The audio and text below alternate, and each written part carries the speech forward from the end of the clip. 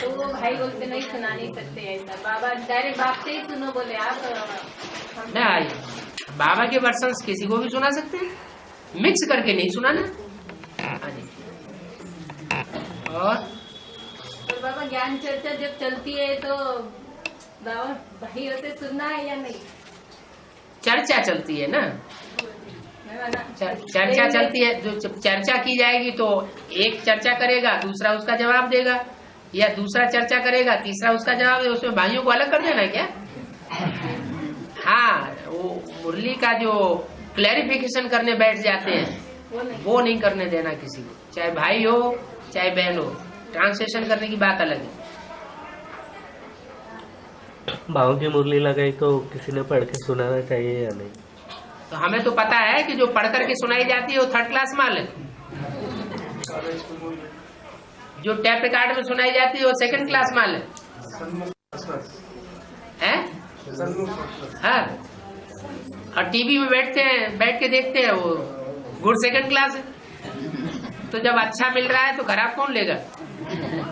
हाँ, अच्छा मिलने के बाद बाबा अच्छा भी मिल रहा है तो बाद में टीवी में देखने में क्या अर्थ है? टीवी में देखने में क्या अर्थ है? हर्जा कुछ भी नहीं। जब बाबा सन्मुख सुना में जाए तो टीवी में देखने में क्या अर्थ है? नहीं, जब सन्मुख मिल रहा है तो सन्मुख अच्छा है, लेकिन सन्मुख हमेशा नहीं मिलता है ना। बाबा हाँ, 9 अंक का महत्व क्या है कि ज्ञान में भी और भक्ति में भी 9 अंक होता है? हाँ, उनका महत्व क्या होता है? क्योंकि नौ रतन होते हैं। हाँ, जो 9 रतन होते हैं वो उनकी वैल्यू होती है। 9 की भक्ति भी आप बोलते हैं, ज्ञान में तो 9 भक्ति होती है। हाँ, 9 प्रकार की भक्ति होती है, तो 9 प्रकार का योग भी होता है। क्या? जो इस्लाम धर्म के हैं आत्माएं अभी ज्ञान में आई हुई हैं, एडवांस में भी आई हुई है, बेसिक में भी चल रही है, तो वो योग लगाती है कि नहीं लगाती है? बौद्ध धर्म की जो आत्माएं आई हुई हैं बेसिक में और बीज रूप आत्माओं में एडवांस में, तो वो योग लगाती है कि नहीं लगाती है? तो 9 प्रकार के धर्म है, तो 9 प्रकार का योग भी है, 9 प्रकार की भक्ति भी है। बाबा 9 प्रकार के योग समझाइए ना, समझ में। वो तो भक्ति मार्ग में बोला गया है, पटम भगत संतन कर संगा दूसरा रथ में वो कथा वो उन्होंने बनाया हुआ है, लेकिन असली बात तो यहाँ की है। जो इस्लाम धर्म का मानने वाला होगा, चाहे बेसिक नॉलेज में हो एडवांस नॉलेज में हो, वो तो अपने मुखिया को पहले मानेगा, नहीं कि भगवान को पकड़ेगा। वो पहले अपने मुखिया को पकड़ेगा, तो बार बार उसका मुखिया उसे याद आएगा। जो चंद्रवंश का होगा उसको ब्रह्मा याद आएगा। प्रैक्टिकल जो परमात्मा का सूर्यवंश सूर्य रूप है वो याद वो नहीं आएगा। ऐसे ही बौद्ध धर्म से जो कनेक्टेड आत्माएं होंगी, बौद्ध धर्म की जो प्रजा बनने वाली होंगी, उनके सामने कौन सा रूप आएगा?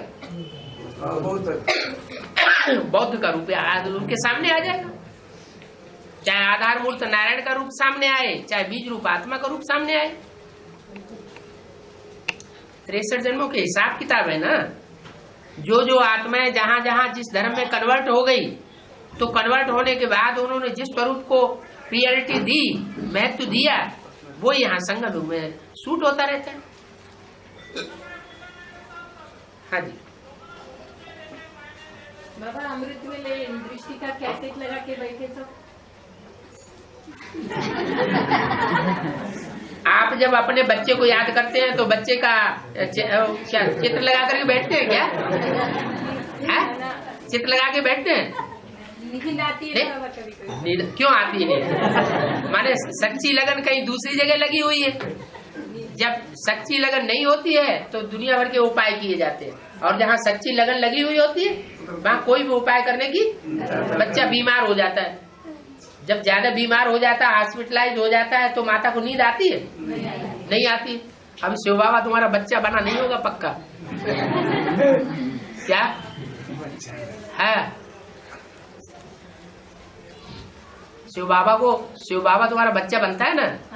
हाँ, जब बच्चा बनता है और उसको गलियों गलियों की खाक छाननी पड़ती हो, तो जो माता होगी उसको नींद आएगी? अब पता नहीं कौन कब पकड़ लेके क्या कर देगा।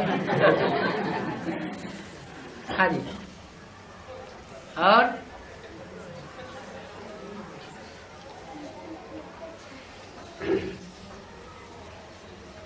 बाबा आपने कहा था कि दूसरी मूर्ति का भी पाठ खत्म होने जा रहा है और तीसरी मूर्ति का शुरू हो रहा है। हाँ, तो जब तीसरी मूर्ति आएगी तब दूसरी मूर्ति का मूर्ति नारायण बन जाएगी। क्या बात हो गई है? जरा एक्सप्लेन करो, समझ में नहीं आ रहा है। जो शंकर का पार्ट है वो शंकर का ही बना रहेगा, मिक्स पार्ट ही रहेगा। ये शुद्ध पार्ट भी बनेगा। मिक्स पार्ट खत्म होगा ही नहीं। शंकर माना मिक्स।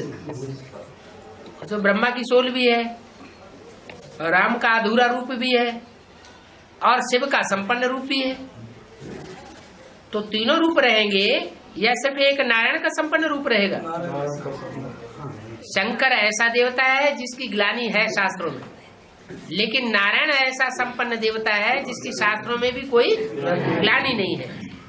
तो जब संपन्न रूप बन जाएगा तो वो तो फिर शंकर थोड़ा ही कहा जाएगा। अच्छा, मिश्र पाठ खत्म। शंकर को तो विष पीता हुआ दिखाते हैं। बाबा हाँ, उस टाइम शुक्र पाठ करो, हैं? शुक्र पाठ करो अक्षर बच्चों में। हैं? जब शंकर नारायण बनेगा हाँ, तो उस टाइम शुक्र पाठ अक्षर बच्चे में होगा। हाँ, और अक्षर बच्चों में होगा ना। हाँ, बच्चों में नंबरवार पाठ तो होता है ना, लेकिन पता थोड़ा ही चलेगा मुकर्रर कौन है। है? स्मृति होगी। हाँ। और बाबा एक मुरली में बोला है कि राम सीता को खादी का श्रृंगार कर देता है, वो तो चांदी है ना वहाँ। तो राम सीता को खादी का सिंहासन मिलता है ऐसे नहीं कहा है, तो लफड़ा हो जाता है उसका। राम सीता को खादी का राजा रानी कहेंगे, खादी की राजा रानी। कपड़ा तो है, शरीर रूपी वस्त्र तो है, लेकिन खादी का है। खादी शब्द जो है वो खादी हाथ से बनाई जाती है, सूत भी हाथ से काटा जाता है और कपड़ा भी हाथ से बुना जाता है। तो यहाँ हाथ किसका है? शिव बाप का हाथ है। शिव बाप के हाथ से सूत काटा जाता है ज्ञान का, और उसके शरीर रूपी वस्त्र जो कंचन काया बनता है वो भी बाप के द्वारा बनता है। तो ऐसा जो खादी का कपड़ा है वो संगम युग में बहुत दुख देता है। क्या? सर्दियों में और गर्मी में खादी का कपड़ा बहुत सुख देता है। सर्दियों में गर्म रहता है और गर्मी में ठंडा रहता है, लेकिन बरसात में भीग जाता है और शरीर से चिपकता है, सारी मैल माटी को अपने में इकट्ठा कर लेता है, तो बहुत दुख देता है। इसलिए बताया कि संगम युग में राम सीता वाली आत्माएं दुखदायी हो जाती है, सबके लिए भारी पड़ जाती है। जैसे खादी का कपड़ा भारी पड़ जाता है ना, ऐसे संगम युग में जो राम सीता का पार्ट है वो सबके लिए भारी पड़ जाता है। उनका सदा काल का साथ कोई निभा नहीं सकता, क्योंकि सीता को महाकाली का पार्ट बजाना है और शंकर को महाकाल का पार्ट बजाना है। इसलिए शंकर को भुजाएं नहीं दिखाई जाती, ब्रह्मा को 1000 भुजाएं दिखाई जाती हैं, 1000 सहयोगी दिखाए जाते हैं। शंकर को सदाकाल के 1000 सहयोगी हो ही नहीं सकते। आज सहयोगी बनेंगे, कल बिछड़ जाएंगे, परेशान हो जाएंगे। 5 की वाणी में बाबा ने अगस्त वाणी बोला है कि ब्रह्मा ईश से निकला है। ईश से ब्रह्मा निकला, वास्तव में ईश से ब्रह्मा निकला। हाँ, तो ब्रह्मा बाबा तो इधर हैदराबाद यानी वेस्ट में है। उसकी वहां से बताना कौन सा ईस्ट यानी इधर कलकत्ता के पास है ना। हाँ, ईस्ट माने कलकत्ता। हाँ। सूर्य कहाँ से उगता है? हाँ, ईस्ट वही संख्या होता है। बाबा जो नदियाँ दिखाते हैं ना, हाँ जी, बेहद में मीन्स हमारे एडवांस ज्ञान में जगदम्बा का यादगार माना ब्रह्मपुत्रा नदी कहा जाता है। जगदम्बा ब्रह्मपुत्र। ऊंची ऊंची स्टेज पे बहती है हमेशा, लास्ट में आकर के सागर में गिरती है नीचे। और जो हमेशा ऊंची स्टेज पे बहती है उसको क्या कहेंगे? है उनको एक दिन नीचे आना पड़ता ऊंचा पाठधारी। एक दिन नीचे आना पड़ता है। है, रास्ते नीचे जगदम्बा का पार्ट है सरस्वती का। सरस्वती जो है वो जगदम्बा कही जाती है। सरस्वती बीच में आती है, बीच में लोप हो जाती है। जो ब्रह्मपुत्र नदी है, ब्रह्मपुत्री जिसे कहा जाता है, वो तो ऊंची स्टेज पे बहती है, मानसरोवर झील से निकलती है और वहां से निकलने के बाद सागर में जाकर के सीधी मिलती है, जहां गंगा मिलती है जाकर। तो वो मैदान में नहीं आती। और गंगा तो, यमुना तो मैदान में आती है। गंगा यमुना मैदान में आती है तो उसमें कचरा भी बहुत पड़ता है। वैष्णो देवी का पार्ट है क्या? गंगा का है? गंगा का नहीं, ब्रह्मपुत्र का। वैष्णो देवी उत्तर भारत में है क्या? फिर वैष्णो गंगा देवी कौन का है? पार्ट उत्तर भारत का नहीं है, पंजाब है? फिर गंगा का पार्ट है? किसका है? पंजाब। फिर गंगा का पार्ट किसका है? है? गंगा का पार्ट गंगा के लिए तो बता दिया। वो इलाहाबाद से निकली या कानपुर से निकली? माने उत्तर भारत में जो आत्माएं जगेंगी वो उसमें विशेष पुरुषार्थ किस आत्मा का होगा? गंगा का होगा, जिसके लिए बोला है अंत में निकली है ज्ञान गंगाएं। तो अभी जो पाठ चल रहा है वो सरस्वती जगदम्बा का चल रहा है। अभी गंगा का नाम निशान किसी को पता नहीं है, सिर्फ थोड़ा सा इशारा दिया है।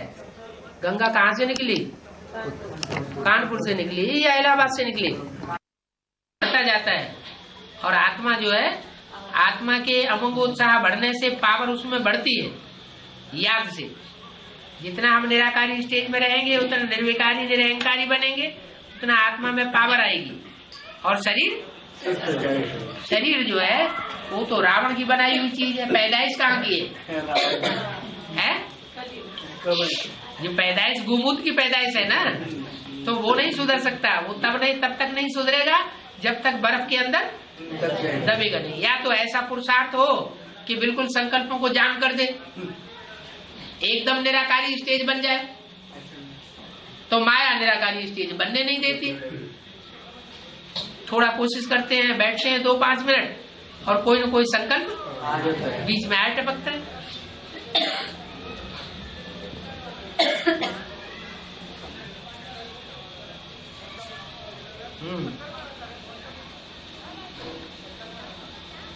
वो यमुना माना काली कलकत्ते वाली ना, तो फिर वो दिल्ली में कैसे दिखाते हैं बहती हुई? यमुना दिल्ली से होकर नहीं बहती है क्या? यमुना जो है उत्तर भारत से नीचे दक्षिण भारत की ओर गिरती है, नीचे आती है और नीचे आने के बाद फिर कहाँ से मोड़ लेती है? मथुरा में आने के बाद मोड़ती है, फिर दक्षिण भारत की ओर नहीं जाती, फिर पूरब की तरफ मुड़ जाती है। तो ये सब बातें यहाँ की हैं।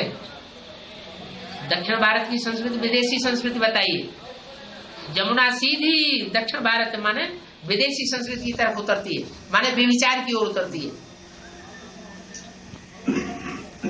फिर मथुरा में जब कृष्ण के साथ मेल होता है, जहाँ यादगार दिखाई गई, तो फिर पूरब की ओर, पूर्वी सभ्यता की ओर मुड़ जाती है। और गंगा सीधी दक्षिण भारत की ओर नहीं आती, धीरे धीरे मुड़ती जाती है। आती तो है उत्तर से, लेकिन मुड़ते मुड़ते मुड़ते मुड़ते पूरब की तरफ आ जाती है। गंगा की मिट्टी में और यमुना की मिट्टी में भी अंतर है। मिट्टी माना देह अभिमान की मिट्टी। यमुना की देह अभिमान की मिट्टी चिपकने वाली है। क्या? जिसके संग के रंग में आएगी उसको अपने में चिपका लेगी। और गंगा की जो देह अभिमानी की मिट्टी है वो अपने में चिपकाती नहीं है। थोड़ा सा पानी डाला सब साफ। बाबा 9 दिन की भक्ति बोला है तो न लिखे, फोन भी न करे, बाहर की दुनिया से कोई कनेक्शन नहीं, अंदर ही खाना, अंदर ही पीना, अंदर ही सोना।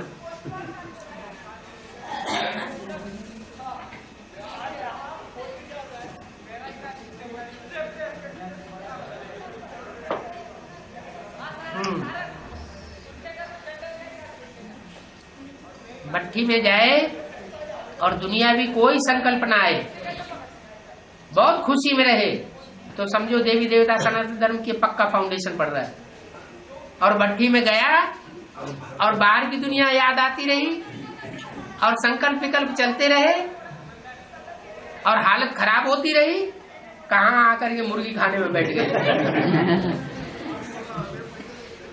तो समझो दूसरे धर्म की आत्मा, देवता धर्म की आत्मा नहीं है। और रोक भी नहीं सकते ना, बहुत से तो आकर के भाग खड़े होते हैं, पहले दूसरे दिन ही भाग खड़े होते हैं। जो मजबूत रहते हैं, अच्छे रहते हैं, प्रसन्न चित्त रहते हैं, मजबूरी से उनका फाउंडेशन ही अच्छा पड़ रहा है। अभी रुकना ही है 4 दिन। हाँ तो मजबूरी की हो गई ना औलाद। और वो ज्ञान में टिकते भी है जी, जो आपने 7 दिन कोर्स करते हैं ना, भट्टी करते हैं, वो ज्ञान में टिकते भी। हाँ ज्ञान में टिके, अच्छा लगे उनको, वहाँ सुखमयी सृष्टि उनकी बने, फाउंडेशन बढ़िया पड़े, कोई दुष्ट संकल्प न आए। दिल्ली में घेराव डालो बोला है। हाँ हाँ, सूक्ष्म चैतन्य दिल्ली में घेराव डालो, एक तरफ बोला है और दूसरी तरफ बोला है जगदम्बा के मंदिर में जाओ और उनके पुजारियों को समझाओ। तो जो चैतन्य दिल्ली है उसका मंदिर कहाँ है? मालूम ही नहीं। लो, चैतन्य दिल्ली मालूम है? तो चैतन्य दिल्ली मालूम है तो उसने कहाँ दिल्ली ने पुरुषार्थ किया है वो नहीं मालूम? कहाँ किया? कंपिल में किया। कंपिल में तो जगत पिता के साथ है, उसका तो गायन ही नहीं है। जगदम्बा की पूजा अकेले की होती है या जगदम्बा के साथ होती है? अकेली तो अकेली कहाँ होती है? जगदम्बा के मंदिर में जगदम्बा ही दिखाई जाती है या जगत पिता भी साथ दिखाया जाता है? हाँ तो वो मंदिर कहाँ होता है? घूंघट में चली गई। अरे कंपिल से सीधी घूंघट में चली गई या पहले बीच में कहीं और भी रही जहाँ मंदिर बना? हाँ तो बना ना, तो जहाँ मंदिर बना तो वहाँ पुजारी भी बैठे होंगे।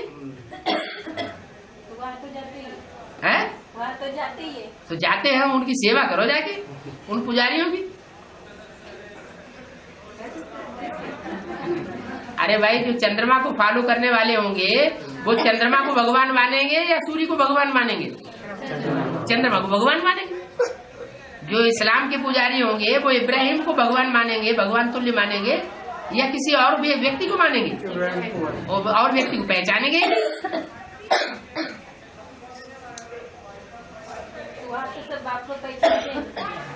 देखो जाकर के तुम अपना घर में बैठे थोड़ा ही पता चलेगा।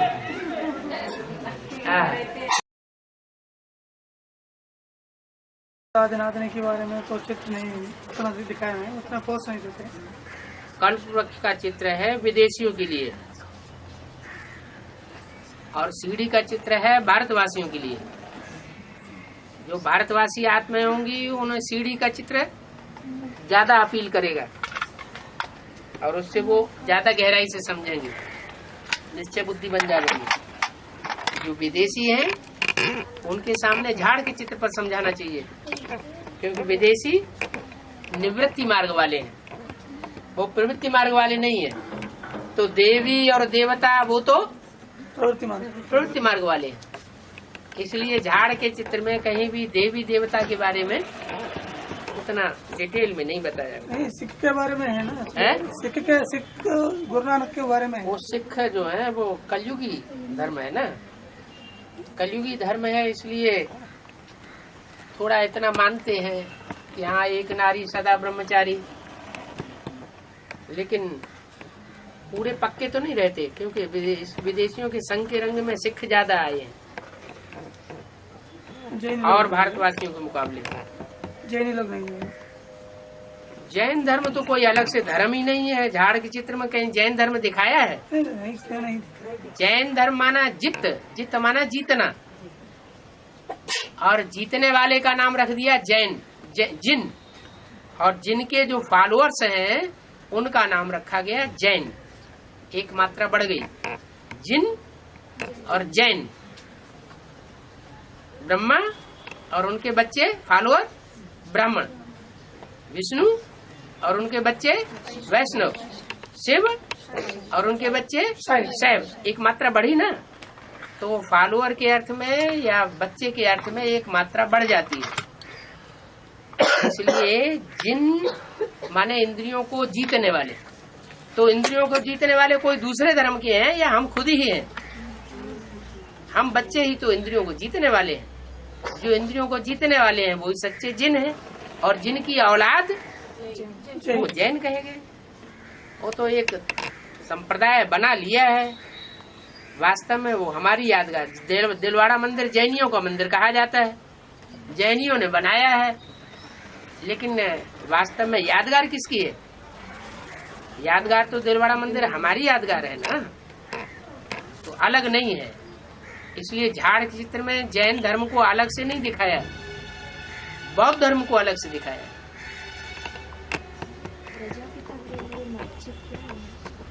प्रजापिता के लिए मस्जिद क्या इमर्ज?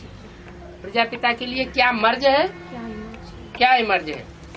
प्रजापिता सतयुग त्रेता में देवता है, द्वापर कलयुग में असुरों से टक्कर लेने वाला है, तो हिंसक बन जाता है। हिंसक युद्ध करता है उनके साथ या अहिंसक युद्ध करता है? द्वापर कलयुग में जो भी विदेशी हुए हैं, चाहे शिवाजी के रूप में टक्कर ली हो और चाहे राणा प्रताप के रूप में टक्कर ली हो, तो उन्होंने हिंसक रूप में टक्कर ली है या अहिंसक बनकर के टक्कर ली है?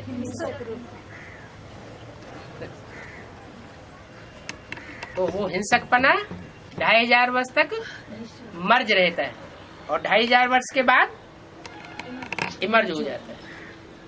वो टकराता रहता है, वो और उसके फॉलोअर्स धर्मियों से टकराते रहते हैं।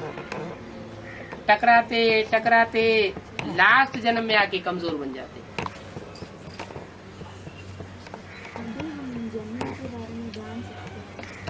अभी जान सकते हैं और कोई जन्म में नहीं जान सकेंगे।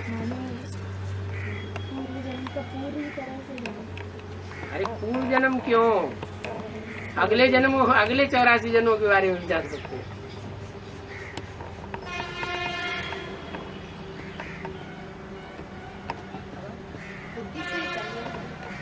पूरा बुद्धि से सरेंडर होने की कोई तरीका? बुद्धि से सरेंडर होने का तरीका माया के पास जाना पड़ेगा। इस बात में माया गुरु है।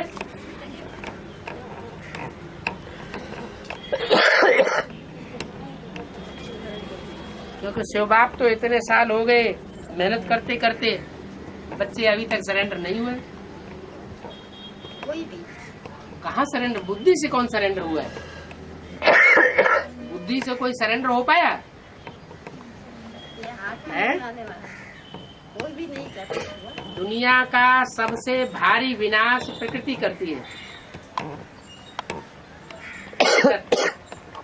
प्रकृति माता है, जिसके लिए बोला है प्रकृति दोनों हाथों में झाड़ू लेकर खड़ी है।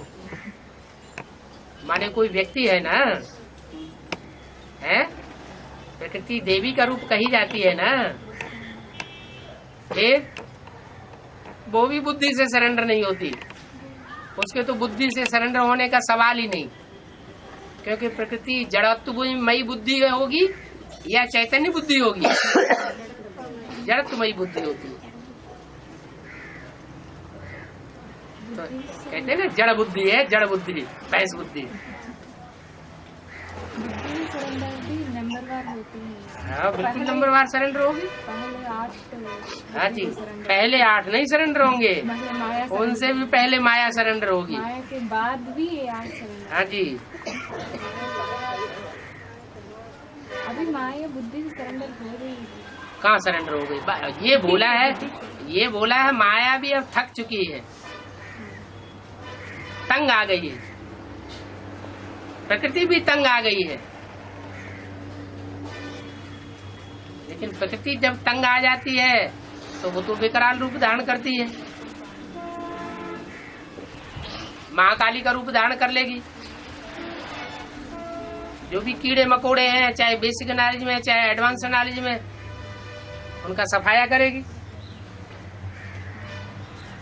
कौन बचेंगे? सूर्यवंशी चंद्रवंशी बचेंगे, और बाकी दूसरे वंशों का झाड़ू लग जाएगा। दिवाली आने वाली है ना, दीपक जगेंगे कि नहीं जगेंगे? दीपक जगने वाले हैं। जब दीपक जगाए जाते हैं तो पहले कौन सा दीपक जगता है?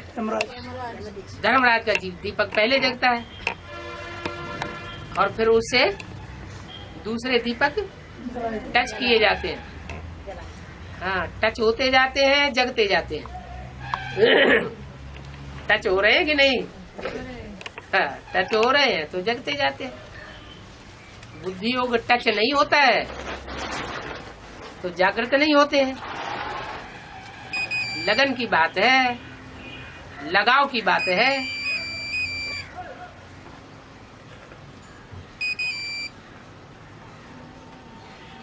और एक तरफ प्रकृति, दोनों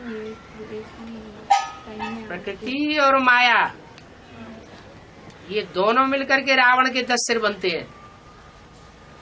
दोनों भी एक ही टाइम पर आक्रमण करेंगे। प्रकृति भी पूरे जोर शोर से आक्रमण करेगी, कर रही है, और माया भी जोर शोर से आक्रमण करेगी।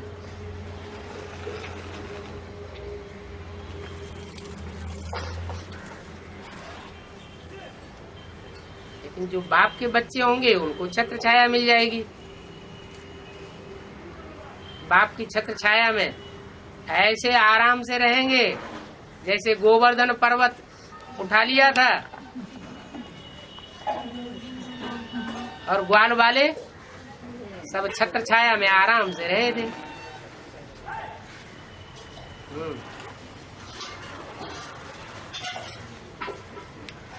और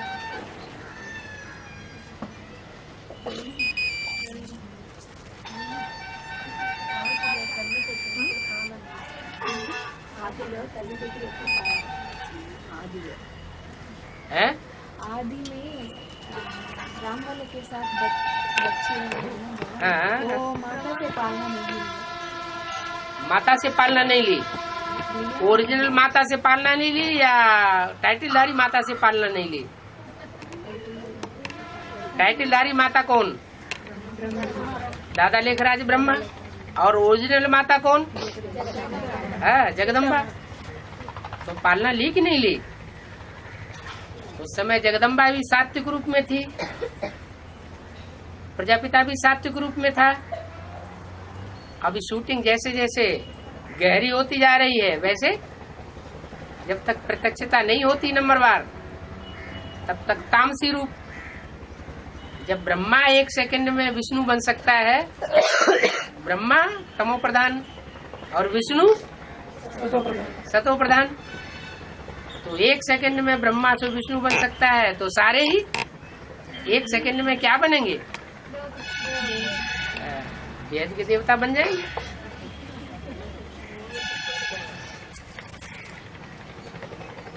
अभी हम तमो प्रधान है या सतो प्रधान है? हम बच्चे अपने को क्या कहें, हम तमो प्रधान है कि सतो प्रधान है?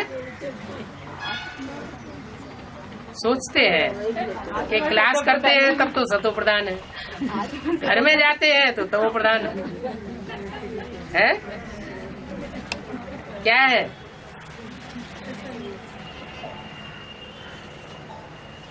देहधारियों को याद करते हैं? देहधारियों को याद करते समय अरे हम ऊपर चढ़ रहे हैं कि नीचे गिर रहे हैं? ऊपर चढ़ रहे हैं। ऊपर चढ़ रहे हैं। ऊपर चढ़ रहे हैं तो कोशिश करते हैं। और ऊपर चढ़ रहे हैं तो सतो प्रधान होने चाहिए। बीच बीच में है? बीच बीच में सतो प्रधान हो रहे हैं, तमो प्रधान नहीं हो रहे है। इसलिए बोला हुआ है कि बच्चों को जो अहंकार आ जाता है हमने सर्विस की, तो जो अहंकार आता है वो तमो प्रधान आत्मा को आता है या सतो प्रधान को आता है? तमो प्रधान आत्मा को अहंकार आता है कि हमने सेवा की, हमने सर्विस की, हमने इनको निकाला। लेकिन बाप दादा कहते हैं तुम बच्चे सर्विस नहीं करते हो, बच्चे तो तमो प्रधान है। इस समय बाप दादा बच्चों में प्रवेश करके सर्विस कराए रहे हैं, दृष्टि की पावर देते हैं समझाते समय, वाचा की पावर देते हैं, वाइब्रेशन की पावर देते हैं, और आत्मा उठ पड़ती है। बच्चे समझते हैं हमने उठा दिया।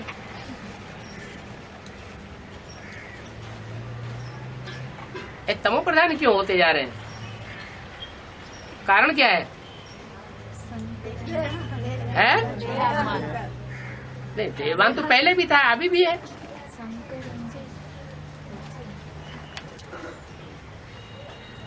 जो नियम बना हुआ है कि ज्ञान में आने से पहले पाप कर्म करते हैं तो एक गुना बोझ चढ़ता है, और ज्ञान में आने के बाद एक बार पाप कर्म किया, पोता मेल लिख करके दे दिया, दूसरी बार किया, पोता मेल लिख करके दे दिया। अब बार बार पोता मेल लिख के देते रहेंगे तो माफ होता रहेगा? होगा? नहीं होगा। फिर 100 गुना बोझ चढ़ता जाएगा। तो जो 100 गुना बोझ चढ़ता है वो आत्मा को सात्विक नहीं बनने देता, आत्मा तामसी होती जा रही है।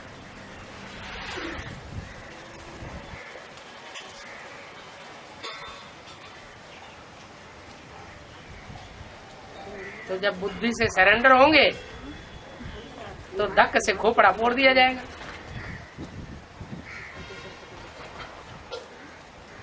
देवी के मंदिर में क्या करते हैं?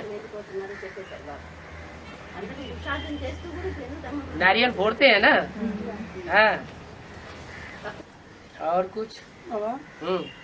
अभी तो शूटिंग में सभी का पार्ट ऐसा ही है ना। तो संगम युग में ब्रह्मा माँ का हार्ट फेल कराना और सब तो हिसाब बना हुआ है। वो तो बेसिक नॉलेज की बात हुई। और उसके बाद तो शिक्षा भोगने की तो रिकॉर्ड हो रहा है ना। तो सब बेसिक नॉलेज में माँ का हार्ट फेल कर दिया है, और एडवांस नॉलेज भी तो है। जब एडवांस नॉलेज प्रत्यक्ष होती है तो जो बिच्छू टिंडन जैसे जो रुद्रमाला के मणके हैं वो माँ का पेट फाड़ करके निकलते हैं, प्रत्यक्ष होते हैं। जैसे कलयुगी दुनिया में बच्चे पैदा होते हैं तो कोई माताओं को ऑपरेशन कराना पड़ता है जाकर के हॉस्पिटल में, तब बच्चा पैदा होता है। तो माँ को भी तकलीफ, बाप को भी तकलीफ, और बच्चे को भी तकलीफ। तो शास्त्रों में लिखा हुआ है कि रुद्रगण रोते रोते पैदा हुए।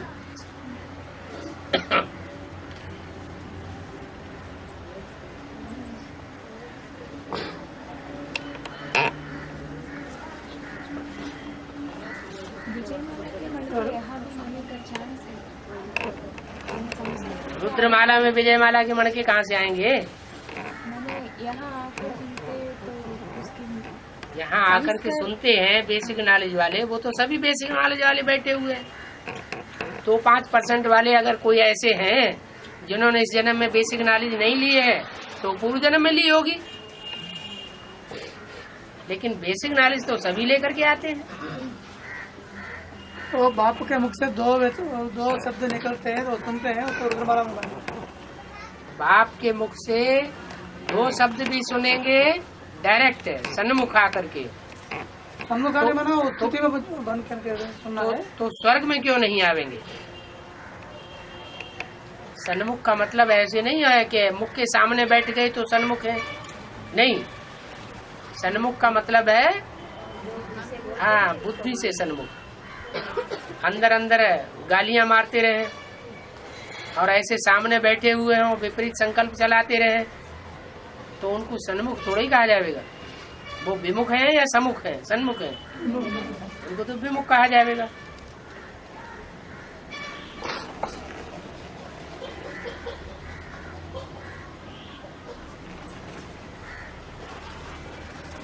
आपसे डायरेक्ट पढ़ाई पढ़ना माना कौन पढ़ेंगे? डायरेक्ट ब्रह्मा कुमार कुमारियाँ डायरेक्ट पढ़ाई पढ़ रहे हैं या इनडायरेक्ट पढ़ रहे हैं? बेसिक नॉलेज वाले इनडायरेक्ट पढ़ाई पढ़ रहे हैं या डायरेक्ट पढ़ रहे हैं? हैं? वो इनडायरेक्ट पढ़ रहे हैं, क्योंकि ब्रह्मा कुमार कुमारियों के थ्रू पढ़ रहे हैं। या जब ब्रह्मा बाबा जीवित थे तो माँ के द्वारा पढ़ रहे थे, वो भी इनडायरेक्ट पढ़ाई थी, बाप नहीं पढ़ा रहा था। और अभी एडवांस में बाप डायरेक्ट पढ़ाई पढ़ाता है। इसलिए बोला था कि आत्मा रूपी सुई की सारी कट उतरने पर तुम बच्चे डायरेक्ट बाप से सीखेंगे। माने जिनके आत्मा की सुई की कट पूरी उतरती गई, वो बीज रूप स्टेज में स्थित होते गए। बीज को याद करना उनको आसान होता गया और वो डायरेक्ट आ गए एडवांस में, डायरेक्ट बाप से पढ़ाई पढ़ने लगे। डायरेक्ट पढ़ाई पढ़ने का मतलब ये थोड़ा ही कि बिंदी हमको पढ़ाएगी, या बिंदी सुप्रीम सोल हमारे में प्रवेश करके पढ़ाई पढ़ाएगा। सुप्रीम सोल प्रेरणा से पढ़ाई थोड़ा ही पढ़ाता है। अगर प्रेरणा से पढ़ाई पढ़ाए तो मुकर्रर रथ में आने की क्या दरकार? सुई का पूरा कट होता नहीं उतरा। किसका? कभी देहबान में आते हैं एडवांस वालों का, बच्चों का। कभी तो एडवांस वाले जिन बच्चों के लिए बोला है उनका बेसिकली बताया कि बेसिकली आत्मा की पूरी कट उतरने पर तुम बच्चे डायरेक्ट बाप से सीखोगे। बेसिकली एडवांस रूप में नहीं उतरी है कट, लेकिन बेसिकली पूरी कट उतर चुकी है।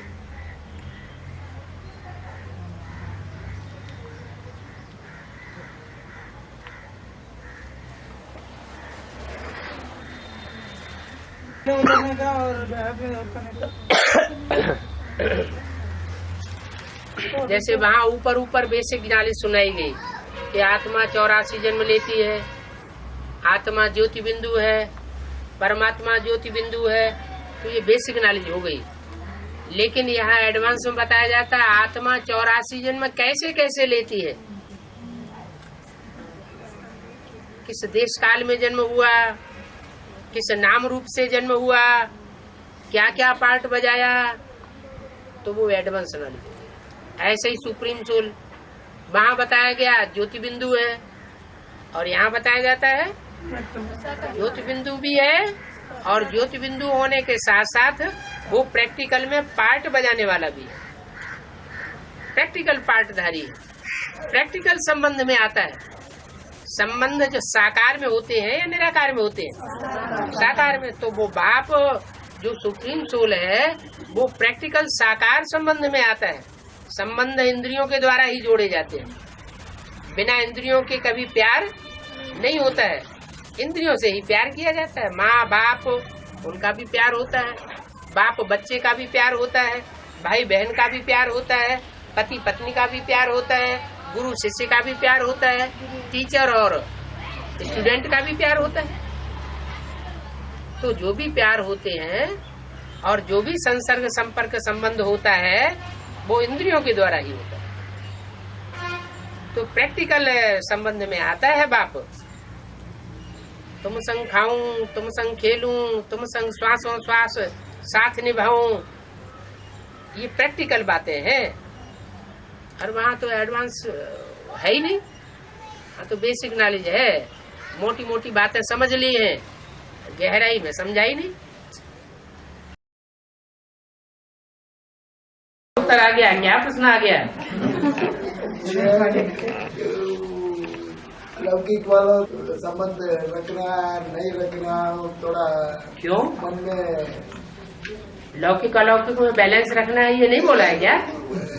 बैलेंस रखना है। हाँ। लेकिन ऐसे प्रश्न आ गया वो क्या उधर से लेन देन कर सकता है नहीं कर सकता है, और नहीं करना बाप दादा बोला है। वो करे न करे, लेकिन हमें तो करना ही है। अष्टदेव नवग्रह दोनों अलग अलग है, एक अष्टदेव नवग्रह नवा जो है वो वैल्यूलेस होता है, इसलिए उसको लिया नहीं गया है। वो सिर्फ उनकी वैल्यू की विशेषता बताने के लिए होता है। पहला नंबर मोस्ट वैल्यूबल और लास्ट नंबर नॉन वैल्यूबल।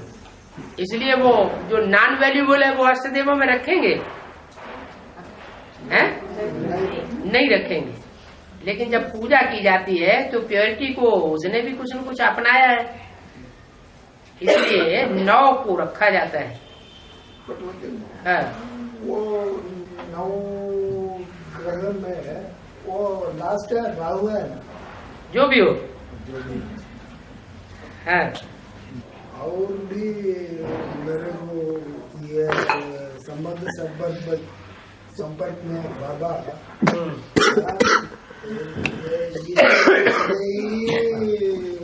बहुत काम चलते हैं। दूसरा काम सब कुछ नष्ट होना पक्का। एक हफ्ते में कितना वो ऐसे वो लोगों ने हमको कवर करने के लिए ट्राई किया, पता चला वो लोगों ने हमको बर्बाद करने के लिए ये ऐसे बातें कर। सिर्फ बाबा की काम ही हमको चलने वाले हैं। फिर आपने क्या किया? ऐसे नहीं कि उधर जाकर के काम किया, फिर भी पता चला वो 24 घंटे मेरे पास रहो, वो दूसरा काम नहीं करो। ऐसे रह सकता है क्या बाबा? लेकिन आपको तो वरदान मिला हुआ है। क्या क्या वरदान मिला हुआ है? बाप का छत्र चाहिए। नहीं, आपको वरदान मिला हुआ है कि आपका पूरा परिवार ज्ञान में चलेगा। ये क्यों भूल जाते हैं? काम गुजराना शुरू कर दिया। बाबा द्वापर युग से रानियां जौहर करती थी। हाँ जी। तो इसका मतलब वो लोग भी जब जौहर करते थे तो सूक्ष्म शरीर धारण करते थे। द्वापर युग में इतनी लड़ाइयाँ नहीं होती थी, लेकिन द्वापर की शुरुआत में। हाँ। लड़ाइयाँ तब होती है शुरू जब गीता में कृष्ण का नाम डाल दिया जाता है और मनमत डाली जाती है। मनमत जब शास्त्रों में मिक्स होती है, इंटरप्रिटेशन भांति भांति के होने लगते हैं, गीता की अनेक टीकाएं होने लगती हैं, तब झगड़े शुरू होते हैं। झगड़ा शुरू होना माना द्वापर का अंत, जब मेले मलाखड़े शुरू होते हैं। मेलों में मैला पड़ता है, तो जब विचार शुरू होगा, दृष्टि वृत्ति का गंध शुरू होगा, तो झगड़ा तो होगा ही।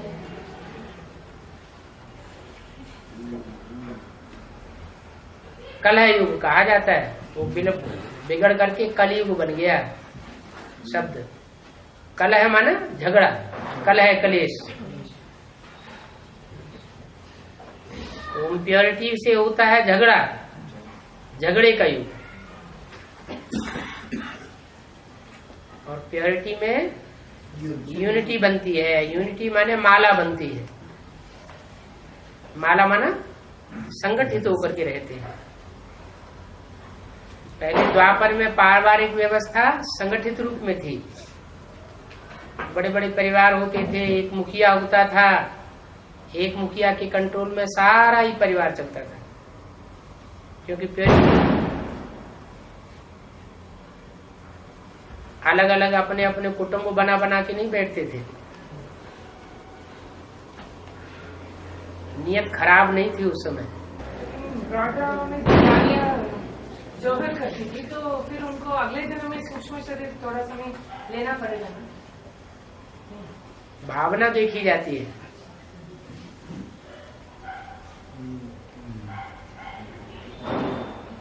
भाव प्रधान विश्व रचि राखा।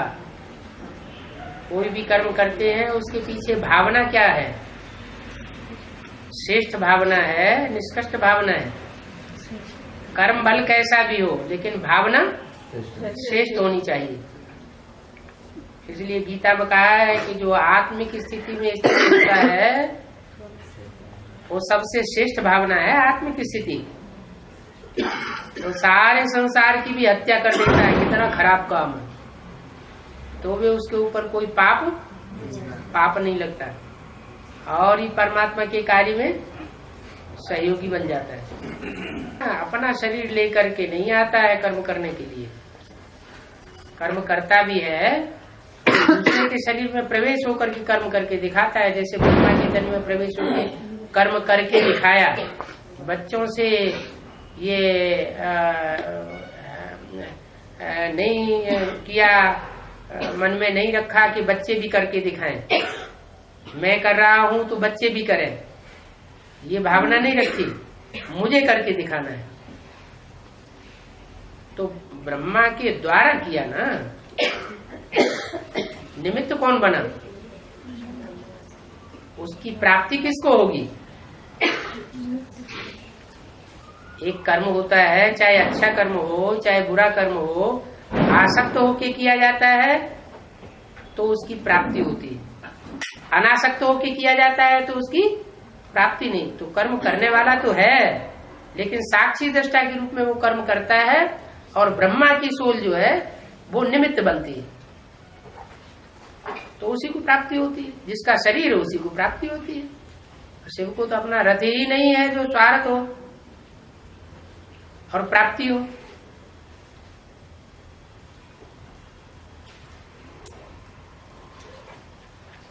उसका मुख्य काम है ज्ञान देना।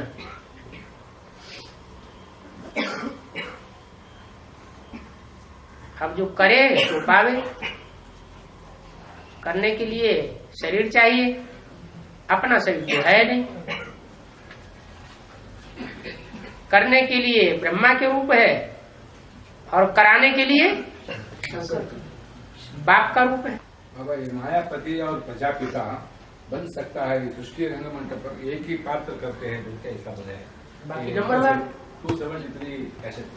बाकी नंबरवार तो ये मायापति प्रजापिता बन सकता है बोलते ना उसके। मायापति और प्रजापिता बन सकता है। प्रजा माने? प्रजा माने कितने? 500-700 करोड़ जो भी है, सब प्रजा है। और जो सारी प्रजा है, वो सारी प्रजा में जिसकी जो आस है, उस आस को पूर्ण करने के लिए आता है। तो अब वो कोई माया का रूप धारण कर ले। वृक्ष में 2 पक्षी बैठे बोलते हैं, तो वृक्ष में हाँ, एक पूरा 100% भोक्ता, एक 100% अभोक्ता, एक भोगी और एक अभोगी। शिव है अभोगी अभोक्ता, और प्रजापिता संपूर्ण भोक्ता। ऐसे भोगी तो सब हैं, लेकिन परसेंटेज में है। 84 जमघंटा को छुड़ाने के लिए आया हूँ बोल के इसमें आया है। वो कैसा अंत में होता है कि आदमी ये स्टार्ट होता है, कब स्टार्ट होता है, वही कहीं। देवी कितने घंटों वाली गाई हुई है? 84 घंटों वाली देवी गाई हुई है। और देवी की पुजारी है रावण संप्रदाय। तो जो भी रावण संप्रदाय है वो जमघंट हुए ना, घंटे बजते हैं ना। जब देवी के मंदिर में जाते हैं तो घंटे तो बजेंगे। तो वो ऐसी आत्माएं हैं जिनको पार्ट मिला हुआ है दंड देने का। राजा होता है वो सिर्फ आदेश देता है मुख से, फांसी दी जाए, लेकिन किसी को फांसी लगाता नहीं है। लगाने के लिए निमित्त कौन बने? जल्लाद, चांडाल। तो ऐसे ही ये 84 जो जमघंट है वो दंड देने के लिए निमित्त बने हुए हैं। उसमें माना विधर्मी आत्माएं हैं। उसमें 7 विधर्मी ग्रुप हैं, उनमें 12 एक ग्रुप में 12 सत्ते 84। तो उसमें पहला नंबर कौन है? नंबर इस्लामी होगा और कौन होगा? या सूर्यवंश चंद्रवंश होगा? है जो इस्लाम धर्म में कन्वर्ट हुए हैं, बौद्ध धर्म में कन्वर्ट हुए हैं, क्रिश्चियन धर्म में कन्वर्ट हुए हैं, खुद भी कन्वर्ट हुए हैं और अपने पीछे ढेर सारे भारतवासियों को भी कन्वर्शन करने में सहयोग दिया है। तो भारत को धोखा दिया ना, तो वो महात्माएं फिर निमित्त बनती है। मैसूर के कैसेट में ये बोला है, मैसूर के कैसेट में ये बोला गया है कि जो पहले स्वर्गीय संगठन माना न्यू वर्ल्ड जो बनता है उसका फाउंडेशन डालने के लिए एक तो ईश्वर बताया, दूसरा तो योगिनी बहन बता दिया। योगीश्वर और योगिनी बहन। योगीश्वर होगा तो ये योगीश्वरी भी होगी। तो योग जो है वो लगाने में नंबरवार होते हैं ना, और योग तो तभी लगा सकेंगे जबकि पहचान हो। तो वर्तमान समय के हिसाब से विजय माला तो उस लिस्ट में नहीं आ सकती, क्योंकि उनको तो पहचान ही नहीं है। बाकी रही रुद्रमाला की बात, तो रुद्रमाला में कोई मणका ऐसा होना चाहिए जहां याद का तेज बरकरार रहे। दुनिया में बेगंतु बहुत आने हैं, कयामत तो बर्पा होगी, लेकिन योग आदमी एक ऐसा कवच है कि हर प्रकार के विघ्नों से महफूज रखती है, सुरक्षित रखती है। तो सहयोगी मणका तो चाहिए ना। विजयमाला में से तो अभी आने की बात ही नहीं, और रुद्रमाला में जो मुखिया है सहयोगी, उसको महाकाली का पार्ट बजाना है, प्रकृति का पार्ट बजाना है। तो कोई तो सहयोगी बनेगा कि नहीं बनेगा? सहयोगी बनेगा तो काम होगा, नहीं बनेगा तो कैसे काम होगा? है तो प्रवृत्ति मार्ग की निवृत्ति मार्ग, कोई हद का प्रवृत्ति मार्ग तो है नहीं। तो इसका मतलब वो 84 जन्मों का हिसाब ले तो वो ही टॉप मोस्ट मन का होगा, बाप के बाद है रुद्रमाला में। हाँ जी, रुद्रमाला में अनेक जन्मों का सहयोगी बाप का वो ही हो सकता है जो जब से ज्ञान में आया हो या एडवांस में आया हो, आदि से लेकर के अंत तक सहयोगी बन करके रहा हो, कभी भी विरोधी बन करके न रहा हो। दृष्टि से, वृत्ति से, वाचा से, कर्मेंद्रियों से, हर तरीके से सहयोगी बना हो, किसी बात में विरोध का कोई अंश न आया हो।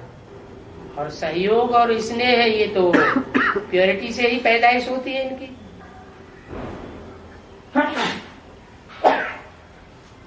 सहयोगी सो योगी, योगी नहीं तो सहयोगी नहीं। तो रुद्रमाला में लक्ष्मी से भी ज्यादा योग बल वाली बता दिया। लक्ष्मी तो नारी से लक्ष्मी है ना, यहाँ तो नारी स्वभाव की बात ही नहीं है। यहाँ तो सब कैसे हैं? सब पुरुष स्वभाव के हैं, जन्म जन्मांतर के राजाएं हैं। तो उन राजाओं में कोई तो राजा होगा ऐसा 108 राजाओं में जो आदि से अंत तक सहयोगी बन करके रहे, विरोधी न बने। दुनिया में हर तरह के होने चाहिए कि नहीं? बीज तो हर तरह के होते हैं। कोई ऐसे भी बीज होंगे जो द्वापर युग के आदि से लेकर के कलयुग के अंत तक विरोधी ही विरोधी बन के रहे होंगे।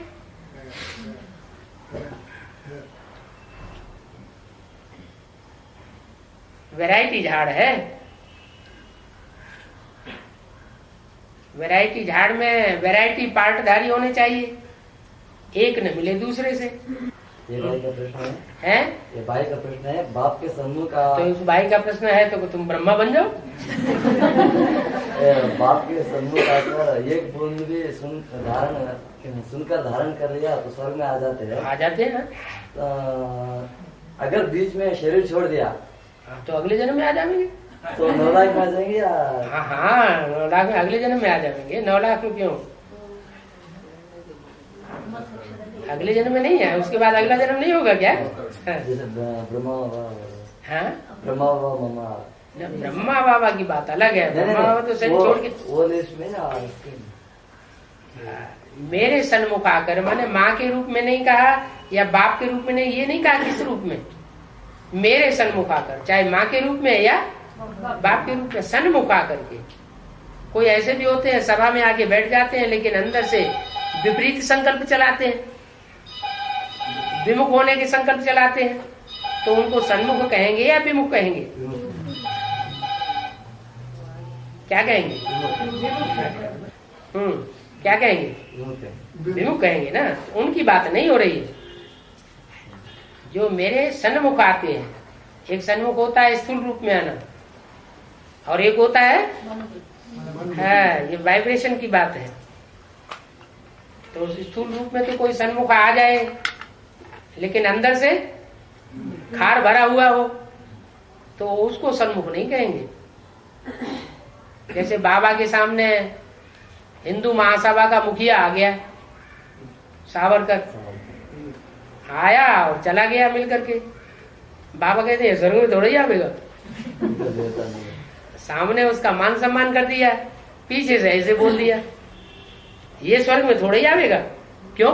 वो तो सन्मुख आया था, बाबा के सामने आया, बातचीत किया, दृष्टि मिलाई, क्यों नहीं आवेगा? बाबा ने तो ऐसे बोला है। अंदर से शुद्ध भावना नहीं है। बाबा एक वीडियो में ये बोला है, ये के आदि में जो सूर्यवंशी थे वो 36 से लेकर 47 के बीच में सारे ही चले गए हैं। 47 नहीं, 47 निश्चित नहीं बताया, लेकिन गए। हाँ जी। लेकिन एज के हिसाब से ले तो कोई का बहुत अंतर आता है। बहुत अंतर आता है ना, उम्र के हिसाब से लेंगे तो बीच में एक और जन्म होगा या उधर चले जाने के बाद वो लौकिक में चले? कोई कहते हैं 2-3 जन्म भी होते हैं ब्राह्मण जन्म में। बोला तो है, कोई 2-3 जन्म भी लेते हैं।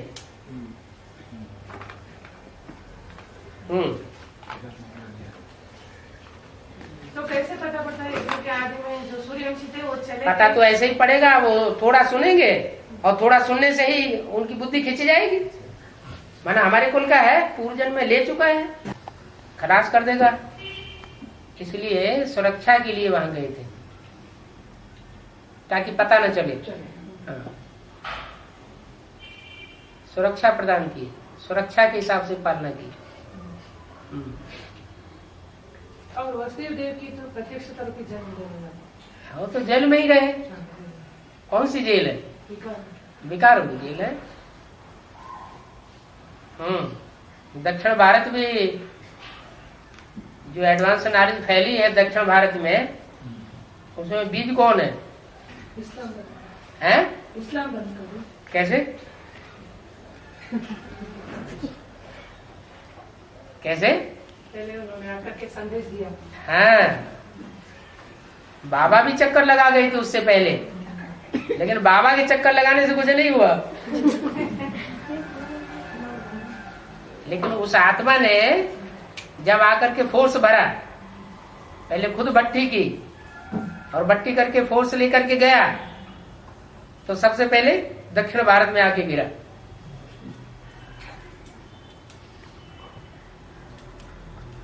और वहां सेवा की। तो सेवा सफल हो गई। दक्षिण भारत में प्रत्यक्षता की शुरुआत हो गई। तो बाप को प्रत्यक्ष किया ना।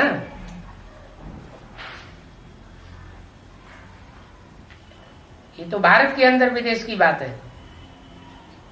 अभी दुनियावी रीत से भी विदेश है। बाबा कश्मीर का मतलब क्या है? मीर कहते हैं शाहजादे को। काश में शाहजादा होता मिलेंगे तो। हाँ, मीर और मीरा। मीरा माना शाहजादी और मीर माना शाहजादा।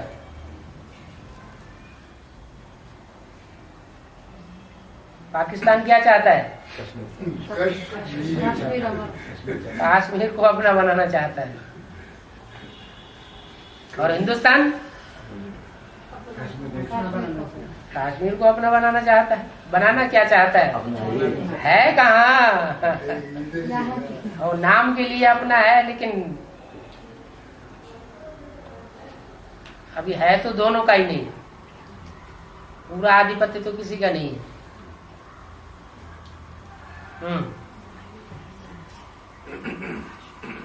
बाबा बसवेश्वरा है ना, वो प्रजापिता का पार्ट है। बसवेश्वरा, बसवण्णा वो प्रजापिता का पार्ट है क्या? मोता जी पूछ। ये तो बाबा बताएंगे बेटी के किसका क्या पार्ट है?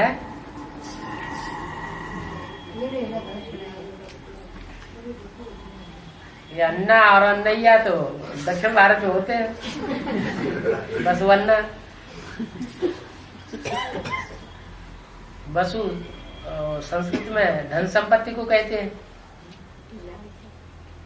धन संपत्ति का अन्नैया।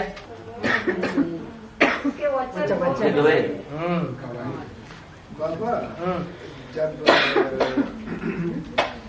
छत्रपति शिवाजी वो दक्षिण को आकर के थोड़ा उनका राज्य बनाया, वो एकदम दक्षिण में थोड़ा टाइम रह गए हैं। हाँ हाँ हाँ, आगे बढ़ा। उस तरह से वो दक्षिण भारत भी वो उत्तर भारत हो सकता है। दक्षिण भारत भी उत्तर भारत हो सकता है। मना वो अरे महाराष्ट्र दक्षिण में है उत्तर में? दक्षिण में। माया की नगरी कहाँ है? दक्षिण में है ना। माया की नगरी। और दुनिया के हिसाब से मायावी देश कौन सा है? अमेरिका। फिर क्या बात? राजधानी कहाँ है?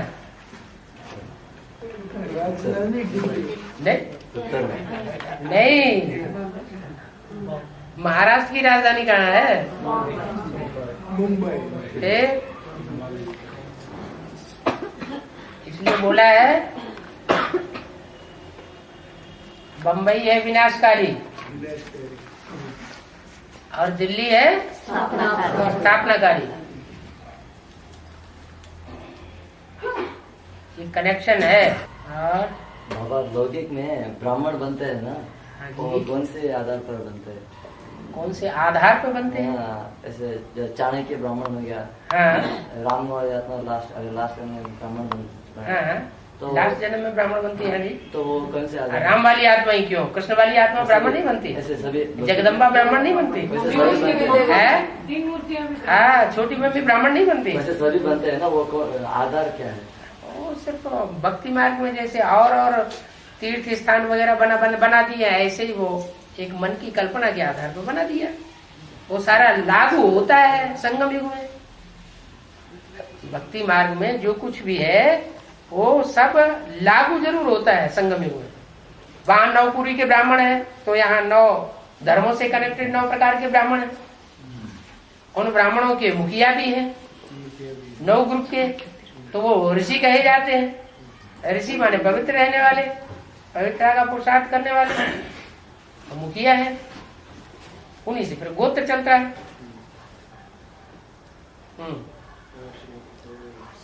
तो बातें तो सारी यहाँ की भक्ति मार्ग में उठाई गई है। लेकिन वंडर ये है कि है यहाँ की बातें और 2500 साल के बाद उठाई जाती है। बाबा एक कैसेट में बोला है सरेंडर वाले जो हुए हैं तो वो निश्चित रूप से रॉयल फैमिली की राक्षसी बनेंगे। निश्चित रूप से माना वो 63 जन में जो बनेंगे, माना उनका पद निश्चित हो गया ना। माना अगर वो दास-दासी बनेंगे 16,000 जो भी है वो सारे ही दास-दासी निश्चित रूप से बनेंगे। नहीं, 16,000 में जो दास-दासी बनेंगे ना, हाँ, जो दास-दासी बनेंगे हाँ। वो रॉयल फैमिली में ही बनेंगे। नहीं, कोई जरूरी नहीं। सरेंडर होकर के बाहर की दुनिया में चले गए, सरेंडर होने के बाद बाहर की दुनिया में चले गए और बाहर की दुनिया के अधीनता में रहे तो किसके दास-दासी बनेंगे? कहाँ की शूटिंग हो रही है? तो प्रजावर्ग में दास-दासी बने ना है। इसलिए ही वो उड़ीसा में वो सरेंडर वाले वो उधर सरेंडर होकर के वापस चले गए तो ऐसे ही शूटिंग हो रहा है। हाँ जी,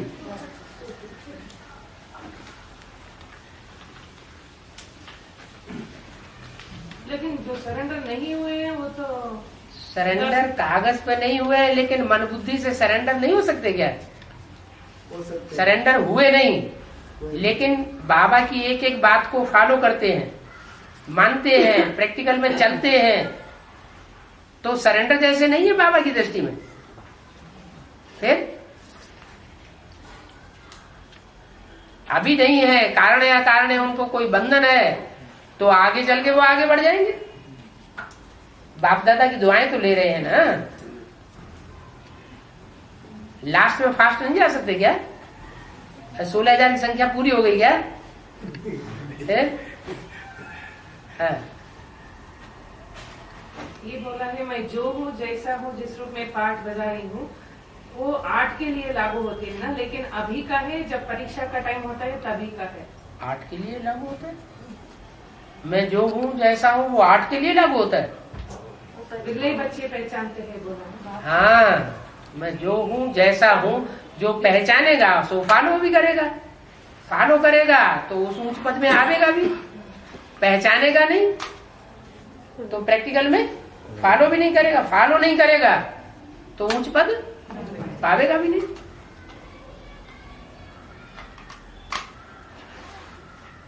हाँ, फिर ये भी बोल दिया साथ में रहने वाले भी मेरे को नहीं पहचान सकते।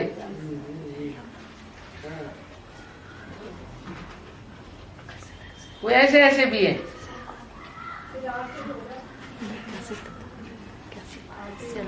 हैं? 8 साथ में रहते हैं आदि से अंत तक, कोई जरूरी है?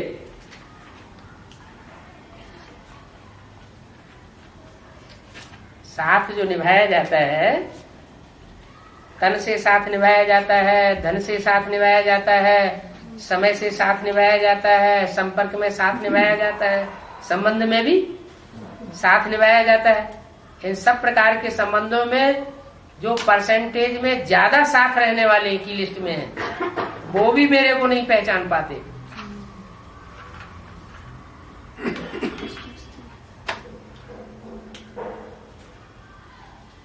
नहीं पहचान पाते हैं तो फिर विपरीत बुद्धि भी बन जाते हैं।